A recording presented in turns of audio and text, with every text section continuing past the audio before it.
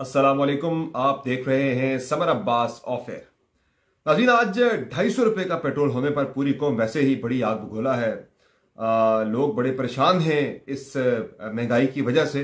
लेकिन अब जो मैं आपके साथ तफसीलात शेयर करने जा रहा हूं, ज़रा दिल पे हाथ रख के, दिल थाम के ये मालूमात सुनिएगा। और कई लोगों का जो है, मैं कहूँगा कि वो चकरा जाएंगे, उनके सर चकरा जाएंगे ये खबर सुन के, ये तफसीलात सुन के जो मैं आपके साथ शेयर करने जा रहा हूँ। और बहुत से लोग ऐसे भी हैं कि जो इसमें मैं कहता हूँ कि उनके होश उड़ जाएंगे ये तफसीलात सुनने के बाद। तो नाज़रीन, होने ये जा रहा है कि ये जो आज इजाफा हुआ है 35 रुपये फी लीटर का पेट्रोल की कीमत में, ये कोई हतमी इजाफा नहीं है। आने वाले 2 हफ्तों के अंदर अंदर ये कीमत दोबारा से बढ़ेगी।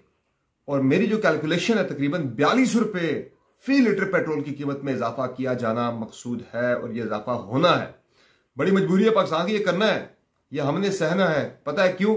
वजह यह है कि IMF का डेलीगेशन पहुंच रहा है पाकिस्तान कल, और उनकी जो प्री कंडीशंस पाकिस्तान को दी गई हैं, जिसमें हमने अमल दरामद करना था या करना है 9th रिव्यू IMF प्रोग्राम की बहाली के लिए, उनमें एक शर्त यह थी कि पेट्रोलियम मसनूआत की जो कीमतें हैं, पेट्रोल की कीमत, उसमें जो 17% GST और सूरत में वसूल करना है।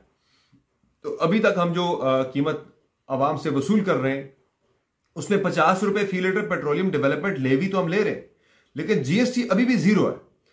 तो उसका मकसद और उसका मतलब बड़ा क्लियर है कि हमने IMF की शर्त पूरा करते हुए 17% GST अगर हम आज की प्राइस पे लेते हैं, यानी 249 रुपए पे, तो जनाब ये 42 रुपए बनते हैं मजीद जो इजाफा होना है पेट्रोल की कीमत में। और अगले 2 हफ्तों में ये इजाफा हो जाएगा। तो यूं तो जो पेट्रोल की कीमत है जनाब, ये तो 290 रुपये तक चली जाएगी, जिसके बाद जो मैंने कहा कि लोगों के सर नहीं चकराने बल्कि होश उड़ जाने हैं।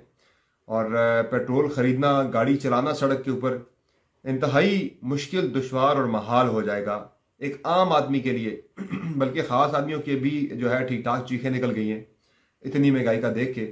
तो मेरे पास जो डिटेल्स अभी पड़ी हैं, उसमें जो इजाफा किया गया है, PSO को जो पेट्रोल मिलता है एक्स रिफाइनरी, वो 177 रुपये 47 पैसे का पड़ा है। ये इजाफा क्यों हुआ? आज जो इजाफा किया गया है 35 रुपये का, ये जो रुपये के मुकाबले में डॉलर की कदर बढ़ी है, ये रुपये की वैल्यू गिरने की वजह से हमें चूंकि हम फ्यूल इंपोर्ट करते हैं तो हमें महंगा मिला है। तो इसलिए ना वो अभी जो हमें हिट पड़ी है 35 रुपये की, ये रुपया डिवैल्यू होने की वजह से पड़ी है। आगे जो GST की पढ़नी है वो हमें पढ़नी है अभी, क्योंकि जो मेरे पास डिटेल्स पड़ी हैं उसमें तो एक्स रिफाइनरी जो रेट है जो PSO को मिल रहा है वो 177 रुपये 47 पैसे है। उसके ऊपर हम जो लगाते हैं, जो फ्रेट चार्जेस लगते हैं 9 रुपये 33 पैसे, यानी कि जो ट्रांसपोर्टेशन के पेट्रोल के जो पड़ते हैं चार्जेस। फिर इसमें जो पड़ता है हमें ऑयल मार्केटिंग कंपनीज, यानी कि ये जो पेट्रोल बेचने वाली कंपनी जो है OMCs, उनका जो मार्जिन है, प्रॉफिट मार्जिन, वो 6 रुपये बनता है। फिर डीलर्स कमीशन, जो आगे डीलर्स होते हैं बेचने वाले, उनका जो कमीशन है वो 7 रुपये फी लीटर है। तो जो हम लेवी ले रहे हैं, फेडरल गवर्नमेंट 50 रुपये ले रही है, तो इस तरह ये बन जाता है 249 रुपये 80 पैसे, 250 ही लगा लें। तो इसमें जो सेल्स टैक्स है अभी वो जीरो रिसीव किया जा रहा है, कुछ भी अभी सेल्स टैक्स नहीं लगा। तो उसके सेल्स टैक्स के बगैर ही अभी कीमत हमारी 249 रुपये 80 पैसे नहीं 250 रुपये पे पहुंच गई है। तो जब ये 42 रुपये GST लगना है, ये GST लगने के बाद, यानी 17% GST लगाए तो वो 42 रुपये बनता है मौजूदा कीमत के ऊपर। तो ये जब लग गया तो जनाब कीमत पाकिस्तान के अंदर 290 रुपये पे कम अज़ कम चली जानी है, जिसकी यानी कि सोच के ही एक बड़ी परेशानी और एक खौफनाक सूरत हाल जो है वो देखने में नजर आ रही है। आज जो नाज़रीन हुआ वो इसमें क्लियरली एक बड़ी ओपनली एक गवर्नमेंट की, इसमें मैं कहूँगा कि उन्होंने घुटने टेक दिए। जो रिट होती है ना गवर्नमेंट की, एक कंट्रोल होता है निज़ाम के ऊपर, तो गवर्नमेंट ने हथियार डाल दिए। आप देखें कि सबको पता था कि इस यकम पे पेट्रोल महंगा होना है, 80-80 रुपये की स्पेकुलेशन भी चल रही थी। तो हमने भी प्रेडिक्ट किया था कि 50 रुपये बढ़ना है, कम से कम 50 रुपये हमने कहा था। तो उसमें से 35 रुपये बढ़ गया, बाकी 42 रुपये जो हम आपको बता रहे हैं कि ये तकरीबन मजीद बढ़ने। वो जो 80 रुपये वाली बात थी वो बिल्कुल ठीक थी, ये जो चल रही थी मार्केट के अंदर, अफवाहें नहीं थी, वो बिल्कुल दुरुस्त कैलकुलेशन थी। तो हमने कहा, हमने भी आपको कल कहा था कि 50 से 80 रुपये तक का इजाफा होना है पेट्रोल की कीमत में। 35 अभी हुआ है, अगले 2 हफ्तों यानी कि जो 15 फरवरी को जो रिव्यू होता है अगला, उसमें शायद जो कीमत है वो मजीद बढ़ा दी जाएगी। ₹42 कम से कम बढ़ेगी। अगर मजीद रुपया डिवेल्यू जिस रफ्तार के साथ हो रहा है उसमें आज जो आपकी ओपन मार्केट है, जो ब्लैक मार्केट है, उसके अंदर तो डॉलर ₹275 तक पहुंच गया हुआ है। तो बड़ी खौफनाक सूरत हाल इस वक्त पाकिस्तान के अंदर बनी हुई है।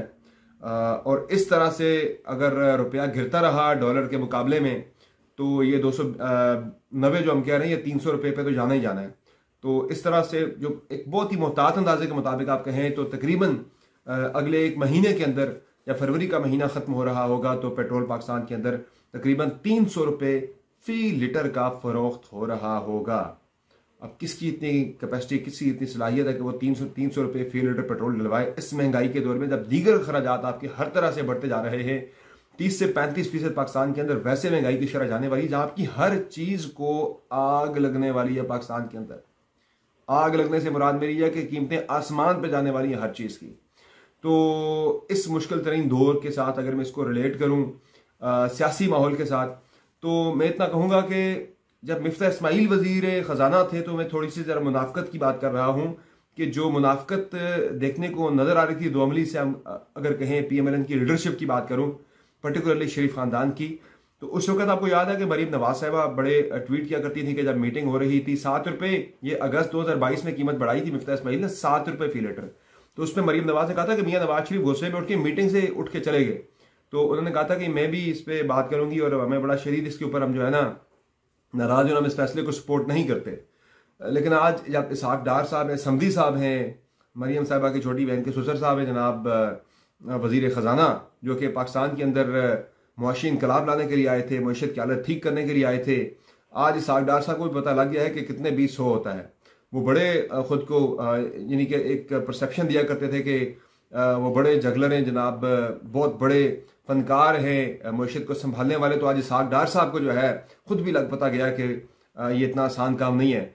मैं सिर्फ इतना कहूंगा कि मिफ्ता इस्माइल जिस तरह से काम कर रहे थे, अगर उन्हें जारी रखने दिया जाता, ये जो डिले आ गया 9th आपके रिव्यू के अंदर, इस डिले का भी हमें काफी ज्यादा नुकसान उठाना पड़ा है। जो रफ कैलकुलेशन के मुताबिक तकरीबन 700 अरब रुपए का नुकसान पाकिस्तान को उठाना पड़ा है। सिर्फ ये जो हमने रोके रखा बीच में 9th रिव्यू के सिलसिले में, यानी 9th रिव्यू जो हमारा डिले हुआ है, इस डिले की वजह से मार्केट के अंदर आपका जो डॉलर का जो एक्सचेंज रेट है उसमें फर्क रहा। इंटर बैंक आपने 225-30 रुपए आपने रखा, कंट्रोल में रखा। ओपन मार्केट के अंदर, ब्लैक मार्केट के अंदर वही 255-60 रुपए का बिकता रहा। तो वो जो 25 से 30 रुपए का फर्क था, उससे हमारी जो रेमिटेंसेज आती हैं, जो बाहर से हमारी तरसीलात ज़र आती हैं, जो हमारे गैर मुल्की यानी कि जो समुद्र पार पाकिस्तानी हमारे पैसा भेजते हैं पाकिस्तान के अंदर, वो उन्होंने बैंकिंग चैनल से पैसा भेजना छोड़ दिया था। ये पैसा जो है पाकिस्तान के अंदर गैर कानूनी चैनल जो है हवाला हुंडी के जरिए आना शुरू हो गया था, जिससे हमारी मुल्क के अंदर डॉलर्स की किल्लत मजीद पैदा हुई।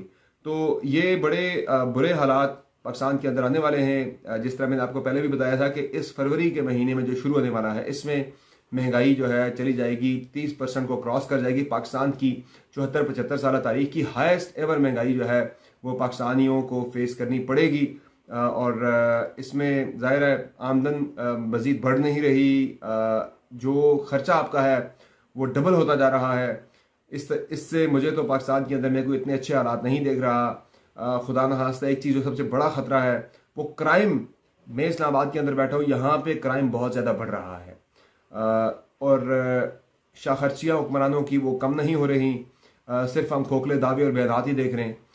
अच्छा, अब कल आ रहे हैं जनाब यहाँ पे इस्लामाबाद में UAE के सदर आ रहे हैं जनाब शेख ज़ैद बिन नाहयान साहब, और उनकी आमद पर, वैसे तो वो आजकल छुट्टियों पे आए हुए हैं पाकिस्तान में, शिकार शिकूर करने आते हैं पाकिस्तान के अंदर वो, तो आजकल वो आए हुए थे छुट्टियों पे 1 हफ्ते की।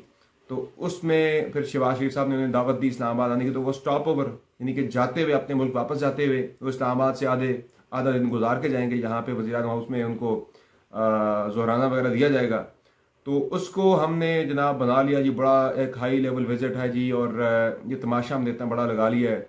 हम यहाँ पे जहाज उड़ाएंगे उनके इस्तकबाल के लिए जब वो इस्लामाबाद एंटर होंगे।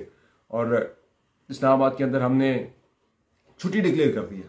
हालत हमारी देखें आपके हालात क्या है, और हमने इस्लामाबाद के अंदर एक लीडर के आने पे हमने छुट्टी डिक्लेयर कर दी है।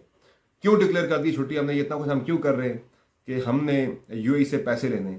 UAE हमें कह रहा है कि भाई आप इन्वेस्टमेंट्स हमसे ले लें, हम सरमायाकारी पाकिस्तान के अंदर कर लेते हैं, लेकिन हमारा जो सिस्टम है यहाँ पे वो इतना ज़्यादा रिजिड और इतना ज़्यादा जो मैं से कहूँगा बिजनेस फ्रेंडली नहीं है। ईज ऑफ डूइंग बिजनेस बहुत ज़्यादा पाकिस्तान का जो रैंक है वो गिर रहा है।